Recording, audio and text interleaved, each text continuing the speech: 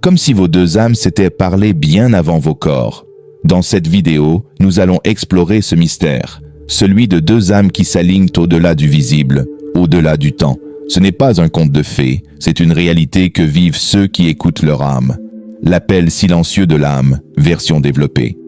Il y a des rencontres qui défient la raison, des présences qui résonnent si fort en toi que tu ne peux que t'arrêter et écouter, pas avec tes oreilles, mais avec ce que ton cœur murmure depuis toujours. Il ne s'agit pas d'attirance physique, ni de coïncidence, c'est plus subtil, plus ancien, un appel silencieux, que seule l'âme sait entendre. Tu croises une personne, et sans un mot, sans contexte, tu ressens la paix, comme si son regard contenait une part oubliée de toi, comme si sa voix était une berceuse venue d'un autre monde. Tu ne sais pas d'où vient ce sentiment, mais il t'envahit, et il est si familier qu'il donne l'impression d'un retour à la maison. Carl Jung parlait de l'inconscient collectif, ce réservoir invisible où nos âmes sont reliées, et il disait: les rencontres les plus importantes ont été planifiées par les âmes bien avant que les corps ne se voient. Cela dépasse l'espace et le temps. C'est une vibration, une reconnaissance. Comme deux notes musicales qui, une fois réunies, forment une harmonie parfaite. Dans la Bible, il est écrit: « Avant que je t'eusse formé dans le ventre de ta mère, je te connaissais. » Jérémie 1,5. Cela ne parle pas que de notre relation à Dieu, mais aussi de la connaissance préexistante des âmes, de ces connexions divines tissées dans l'invisible. Et quand une âme t'appelle, elle ne le fait pas avec des mots. Elle te réveille de l'intérieur, en faisant vibrer une partie de toi que tu avais oubliée. Tu peux ressentir cela dans une salle pleine de monde. Ton regard croise le sien, et le reste du monde s'efface. Pas besoin de parler, le lien est déjà là. Comme si cette personne t'avait toujours attendu, ou peut-être qu'elle te cherchait depuis des vies. Ce n'est pas la logique qui te relie à elle, c'est l'énergie, c'est l'âme, c'est quelque chose que même le silence ne peut cacher.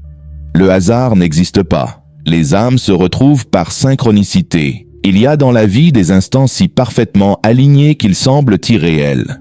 Tu te demandes, comment cela a-t-il pu arriver? Pourquoi maintenant? Pourquoi ici? Et si la réponse était parce que c'était le moment, parce que c'était écrit. Quand deux âmes sont appelées à se retrouver, l'univers devient un chorégraphe invisible. Il ajuste le temps, les lieux, les circonstances, parfois même les détours et les retards, pour que la rencontre se fasse. Carl Jung appelait cela la synchronicité. Il disait que ce n'était pas le fruit du hasard, mais une coïncidence significative, un message. Ce que vous ne rendez pas conscient reviendra sous forme de destin. Tu crois faire un choix, tu crois tomber par hasard sur quelqu'un dans un café, sur un quai de gare, dans une autre ville, mais ce que tu appelles coïncidence est en réalité une réponse à l'appel silencieux de vos deux âmes. Les synchronicités sont des clignotements du destin, des lumières que l'univers t'allume pour que tu vois plus loin que les apparences. Peut-être avez-vous rêvé l'un de l'autre avant de vous rencontrer. Peut-être vos chemins se sont frôlés plusieurs fois avant de réellement se croiser. Ou peut-être que le timing était toujours décalé, jusqu'au jour parfait. Et quand enfin vous vous retrouvez, tout prend sens. Comme si le puzzle de ta vie venait de recevoir sa pièce manquante. Un rendez-vous que tu ne pouvais pas manquer. Pas parce qu'il était inscrit sur ton agenda, mais parce qu'il était inscrit dans ton âme. Dans la Bible, on lit: il y a un temps pour tout, un moment pour chaque chose sous les cieux. Ecclésiaste 3:1. Ce moment-là, ce n'est pas toi qui l'as décidé, mais quelque chose en toi l'attendait depuis toujours. Ce n'est pas toi qui cherches l'autre, c'est l'appel de vos âmes qui vous guide. Et quand l'univers entend cet appel, il fait en sorte que tout s'aligne. Ce n'est pas le hasard, c'est le rendez-vous du destin, l'épreuve, l'alchimie secrète des âmes alignées. On rêve souvent que l'amour véritable est fluide, sans heurts, sans interruption, qu'une fois les âmes réunies, tout devient paisible, limpide, éternel. Mais l'univers a une autre manière de façonner les connexions les plus puissantes, à travers l'épreuve. Quand deux âmes sont véritablement alignées, elles ne se rencontrent pas pour se compléter, mais pour se révéler mutuellement. Et cette révélation n'est jamais facile, car elle demande de dépouiller les illusions, les blessures, les peurs. Elle oblige chacun à affronter ses zones d'ombre, ses résistances, ses vieux schémas. C'est pour cela que ces relations connaissent des silences, des pauses, des ruptures apparentes. Elles ne sont pas des fins. Elles sont des phases d'alchimie, des moments de distillation intérieure où l'âme apprend, se purifie, se prépare. Avant d'aimer l'autre, tu dois t'aimer dans ta lumière et dans ta noirceur. Avant de t'unir à l'autre, tu dois te rencontrer toi-même. Sinon, tu ne feras que projeter tes manques, et l'amour s'effacera sous le poids de l'attente. Comme le disait Khalil Gibran, l'amour ne possède ni ne veut être possédé, car l'amour suffit à l'amour. Et la Bible nous rappelle, l'or est éprouvé dans le feu, et l'homme agréable à Dieu dans la fournaise de l'adversité.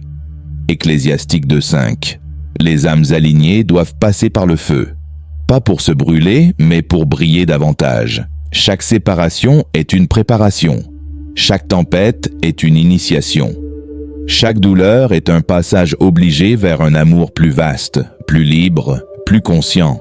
Tu ne peux reconnaître ton âme sœur que si tu es devenu ton propre reflet. Sinon, tu risques de confondre le lien avec une dépendance, l'amour avec une fuite, la fusion avec l'attachement. Les âmes qui sont appelées à s'unir doivent d'abord se libérer de ce qui les enchaîne. C'est dans la traversée du désert que naît l'eau vive, c'est dans l'absence que naît la présence vraie.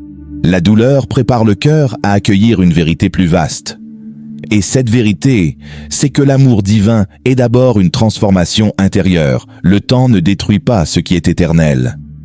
Il existe des liens que le temps ne peut pas éroder. Des connexions qui, malgré les années, malgré les absences, restent intactes, profondément vivantes, comme si elles étaient suspendues dans un espace hors du monde.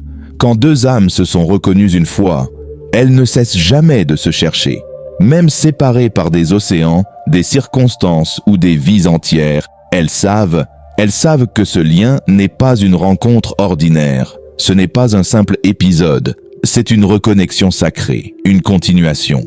Comme si deux rivières, après s'être éloignées dans le paysage, finissaient toujours par rejoindre le même océan.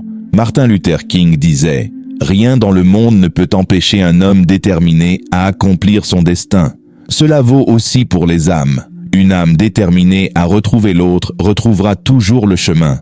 Et parfois, ce n'est pas une quête consciente. C'est l'âme elle-même qui se souvient, au-delà de la mémoire humaine. Il suffit d'un regard, d'un mot, d'un simple moment partagé, et tout revient, la sensation que vous n'avez jamais vraiment été séparés. Comme si la vie avait simplement mis votre lien en pause pour que chacun grandisse de son côté.